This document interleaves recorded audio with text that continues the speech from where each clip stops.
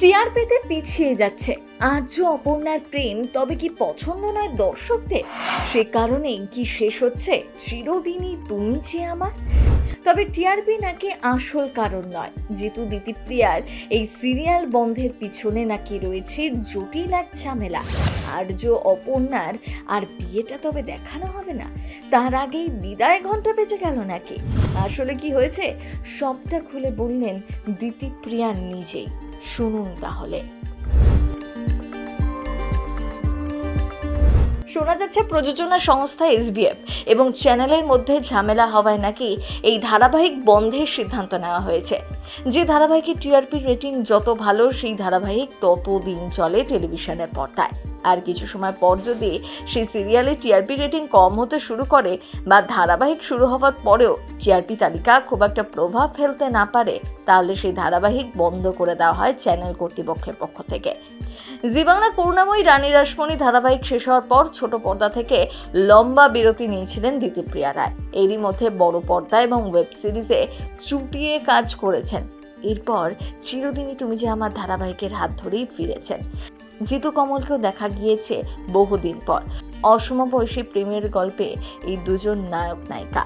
যদিও গল্প নিয়ে প্রথম দিকে নানা চর্চা শুরু হলেও পরে ধীরে ধীরে দর্শকের মন জয় করে নিয়েছে এই ধারাবাহিক। বিশেষ করে জনপ্রিয় হয়ে ওঠে জিতু এবং দিতিপ্রিয়ার জুটি।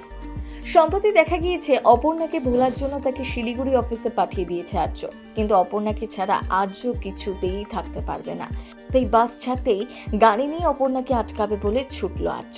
অপর্ণার জেদ ধরে বসে, সে কিছুতেই ফিরে যাবে না। তখন আর্য বলবে, আমিও তাহলে শিলিগুড়ি যাব। এইভাবেই জমবে আর্য আর অপর্ণার প্রেমের গল্প। তবে দর্শকরা যারা এই সিরিয়াল ভালোবাসেন তাদের চিন্তা করার কারণ নেই। এর আগে ধারাবাহিক 5 বছর চললেও চিরদিনই তুমি যে আমার এত তাড়াতাড়ি বন্ধ হওয়া নিয়ে সংশয় তৈরি হয়েছিল অনেকের মনে। তবে সকলকে নিশ্চিন্ত করে দিতিপ্রিয়া জানিয়েছেন এখনই এই ধারাবাহিক শেষ হওয়ার কোনো কারণ নেই। রানীমার পর অপর্ণা হিসাবে তিনি যে ভালোবাসা পাচ্ছেন তাতে দারুণ খুশি অভিনেত্রী।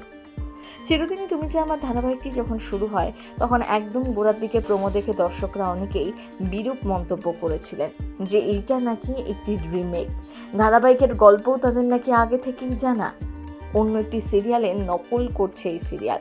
তবে যাই হোক, গল্পের জোর কিংবা জুটির রসার দর্শকরা কিন্তু প্রতিনিয়ত মুগ্ধ হচ্ছেনই। শীঘ্রই প্রথম 3-এ উঠে আসবে এই সিরিয়াল, আশা করছেন অনেকেই। সিনে চক্র ব্যুরো।